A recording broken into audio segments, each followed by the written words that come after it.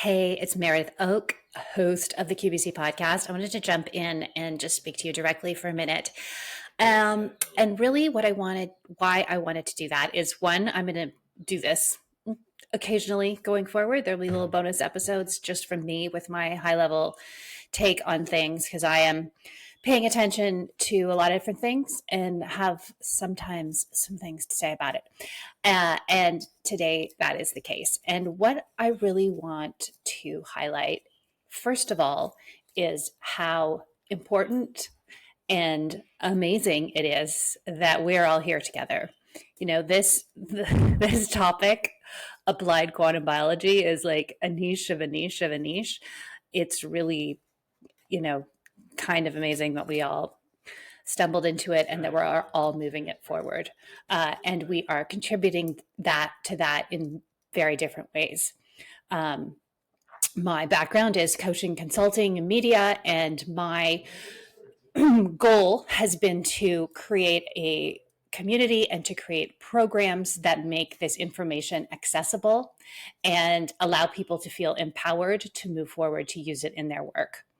Now, that being said, this is not, it's going really well and you're all embracing it, which is amazing. And the results are amazing because that's what really matters, right? Like this isn't a, intellectual exercise to discuss our thesis. This is like, does it work? Is it helping people? Are people doing better when they apply the principles of applied quantum biology to their lives? When they look at health through that lens, are they doing better than when they don't? Are health and wellness professionals who have shifted to use this lens finding their results getting better? Are they able to help more people? Are they able to see things they weren't able to see before? The feedback that I get is yes. Now, that being said, this is not a done deal. It's like a tiny, tiny, tiny drop in the bucket. The community of people who are interested in looking at quantum biology as an applied practice, not an academic pursuit, that community is very small. I have huge respect for the academic world and the work that they are doing in quantum biology. And I think that that train has left the station and is barreling along. There is a lot of interesting work being done at various universities and research labs around the world in the area of quantum biology, not applied, because that's the main difference. The scientific pursuit of this science is to create a medical device or a supplement or a pharmaceutical product that can be patented and delivered at mass scale, which is great. It would be lovely if there was a medical device that used like light frequencies to treat cancer instead of chemotherapy. Like that'd be amazing. So I'm not in any way denigrating the academic side of things. There's some wonderful geniuses who I'm sure will change the landscape that way. However, the academic pursuit of this science has a very different goal. And because it has a different goal, it really doesn't, people involved in that world, they don't care about paradigm shifts and they don't care about the practical applications of this in our day-to-day lives. That's what we care about. And this is a grassroots movement. This is us, right? And what is it really at the end of the day, this community?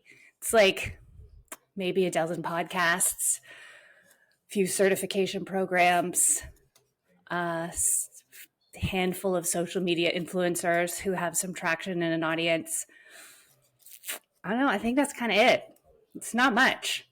And the reason I say that is because the integrity and coherence of this community really matters, because we're kind of the only people looking at it this way.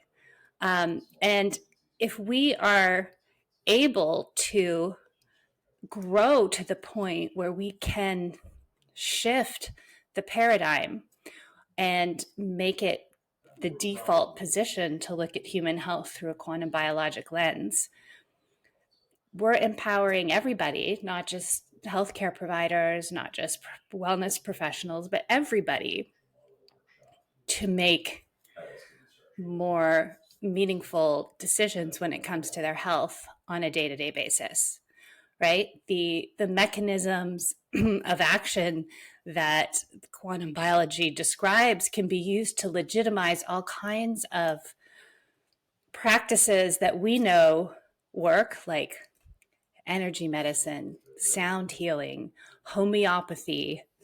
The list goes on and on. These are all real, but they lack credibility in the materialist mindset. And I think we have an opportunity here to really shift into a quantum mindset, especially when it comes to health. And it's actually not but it's not a done deal. Like, it's just not. It's not guaranteed that that's the outcome. We're like, oh, we all hang out with each other and listen to each other, and it seems like that this is the thing. This is the world. This is where things are going. There are many ways for this all to fall apart. Many.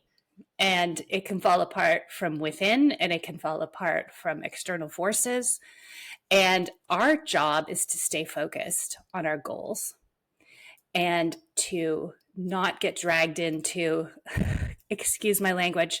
And I would like you all to know that when I swear, I have calibrated the words to come out at a very high vibrational level. Okay? But we can't get dragged into fuckery. We just can't. We can't afford it.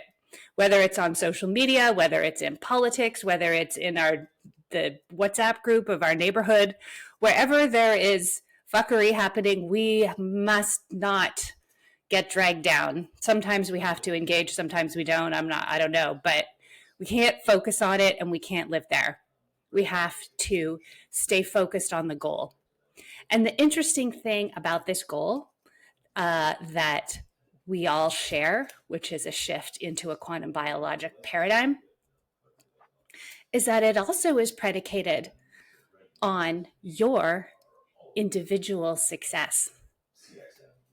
So if you're underperforming in your business or undercharging or struggling to get clients or have too many clients and you're overwhelmed and you don't know what to do, or you have vague goals and no strategy to reach them, you have a vision, but you don't know how you're going to live into it. You don't have a plan to get there.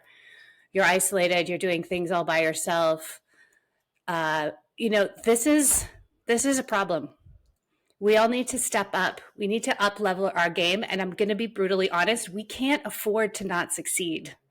And I don't just mean collectively, because collectively is just all of us individually put together.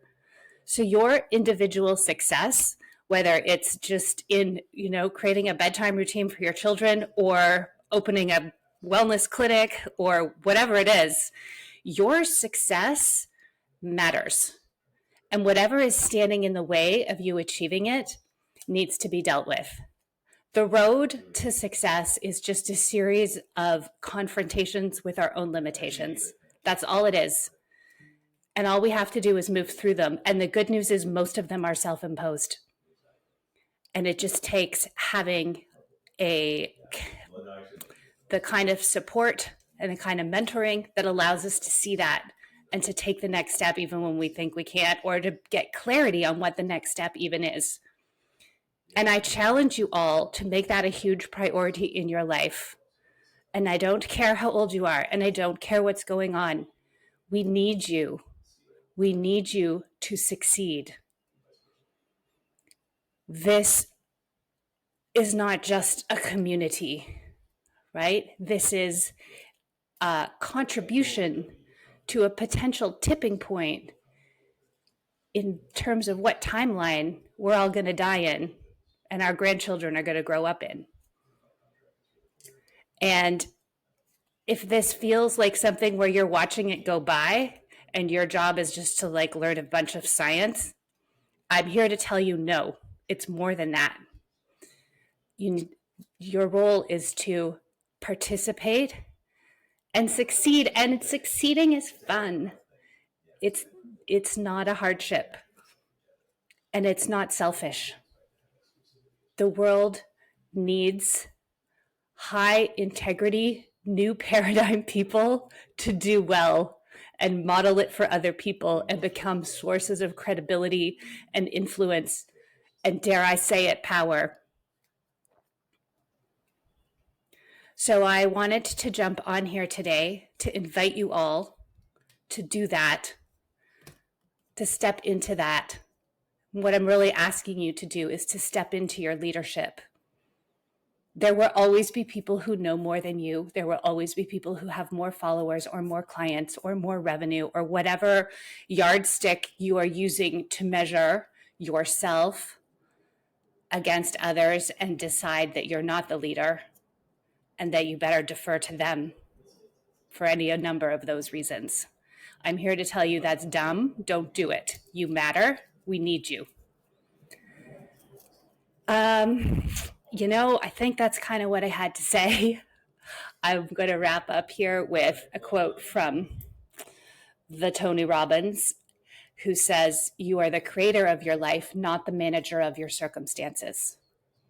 If you are stuck managing circumstances, reacting to other people, waiting for someone else to do something and waiting to see what's going to happen,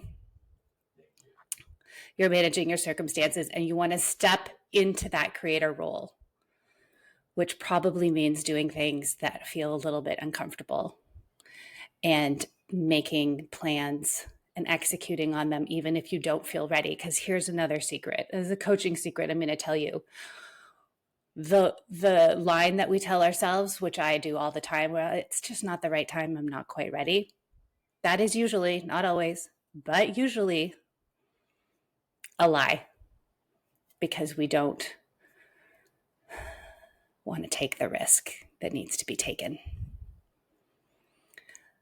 So, my friends, I am here to remind you that it's all good, but it's not all done. And we need you to show up. I am going to be going live in a few days. So if you're not on our email list, go get on it right now, qbcpod.com. Put your email in the box. And I'm going to be sending an email in the next couple of days. I might go live and do a little bit of a more deep dive presentation on some of my thoughts about how to participate in a community that is able to evolve through different stages, right? Communities and movements don't come out fully formed. They go through stages, and some of those stages involve conflict. That conflict is there to help us grow. And if we use it as a growth tool, we then evolve to become more effective, and which ultimately brings more coherence, which helps the community move towards its goals. So this is a far-flung community. There's people all over the world. I don't even know if that's the right word, but it's the best approximation that we have. And your contribution is important. So I would like you to join me on the call in a couple days and stay connected and make sure that you have the support that you need to succeed. It matters. So do you. See you soon.